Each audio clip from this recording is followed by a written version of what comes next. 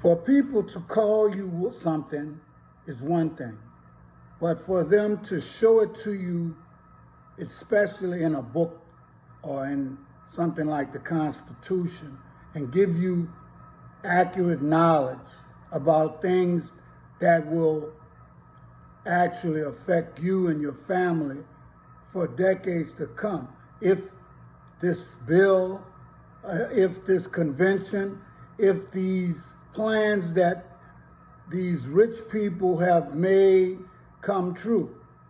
But no more talk from me. Listen to somebody who knows, somebody who spent over 20 years in government.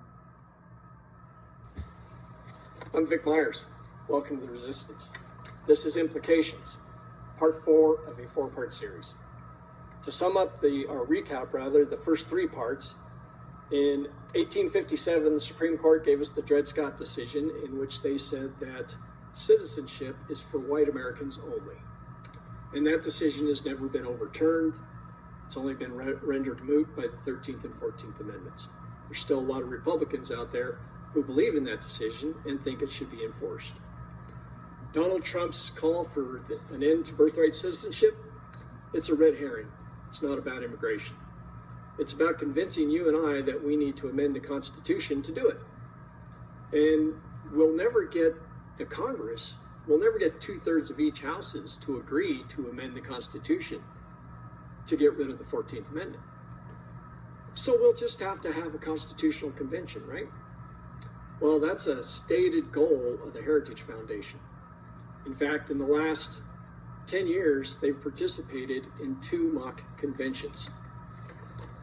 And they have 19 states officially on board to call for it. So what are these implications? Think about Donald Trump's famous Bible. It's got the Declaration of Independence and the Constitution in it, with a little quirk.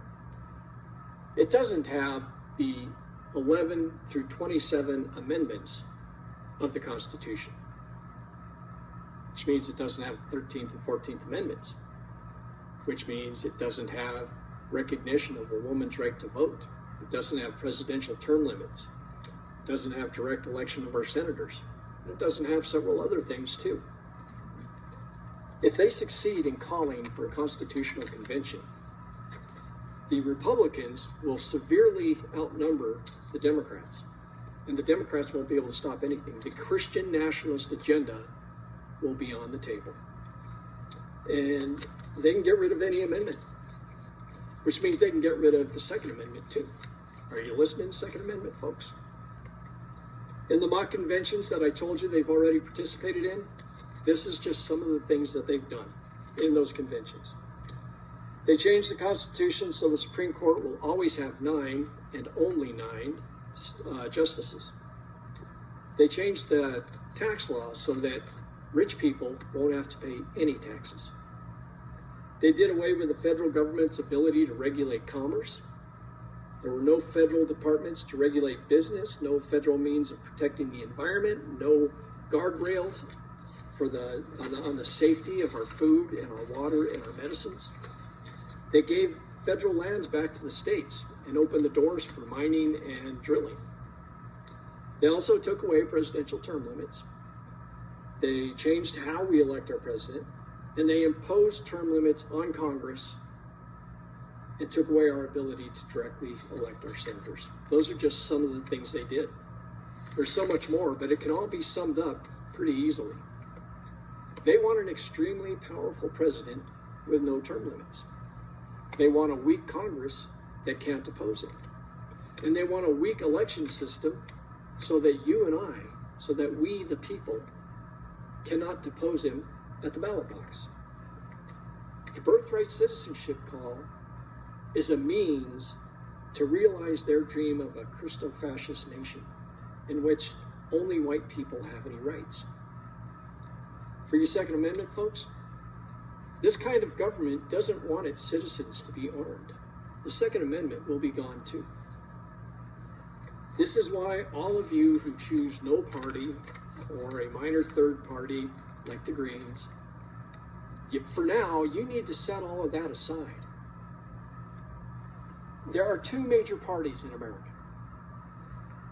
And They are not the same. Now is not the time to be neutral or to rebel against both parties, because they are not the same. One of them wants to radically transform our government so that it only cares and serves the rich and the white.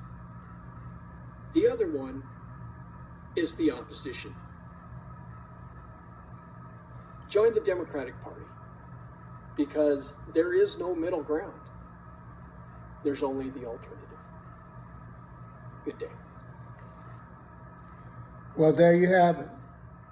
And I know each of us feel like the Democratic Party and Republican Party are not so much, not so different.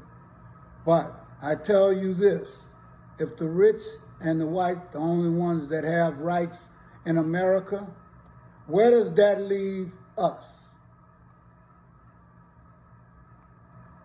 And one of the things that I told people is that we need to spend the next 2, 4, 6, 10 years really talking about what it is that government does and what it is that we don't do. We need to start educating people. The more educated people were about what it is that we as government could do, the better they were able to make their choices, right?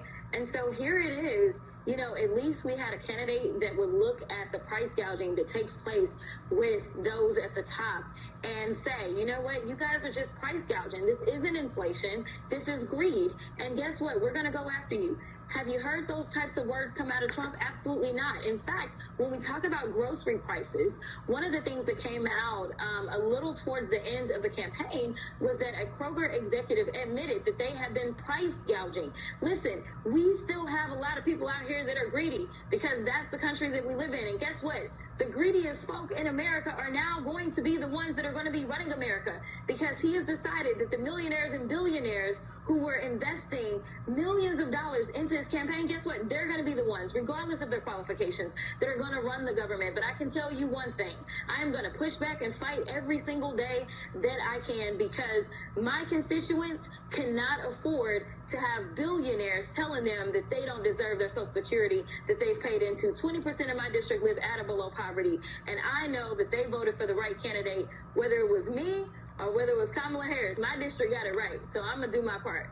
So let's talk about having people like you on House Judiciary, House Oversight. Let's talk about making those committees even more aggressive. There is nothing wrong or shameful by taking a page out of a good playbook that works. And one of those pages from the Republicans is having a level of an aggressive posture when it comes to making sure that the truth is delivered and that the lies don't obfuscate what is the reality for so many Americans.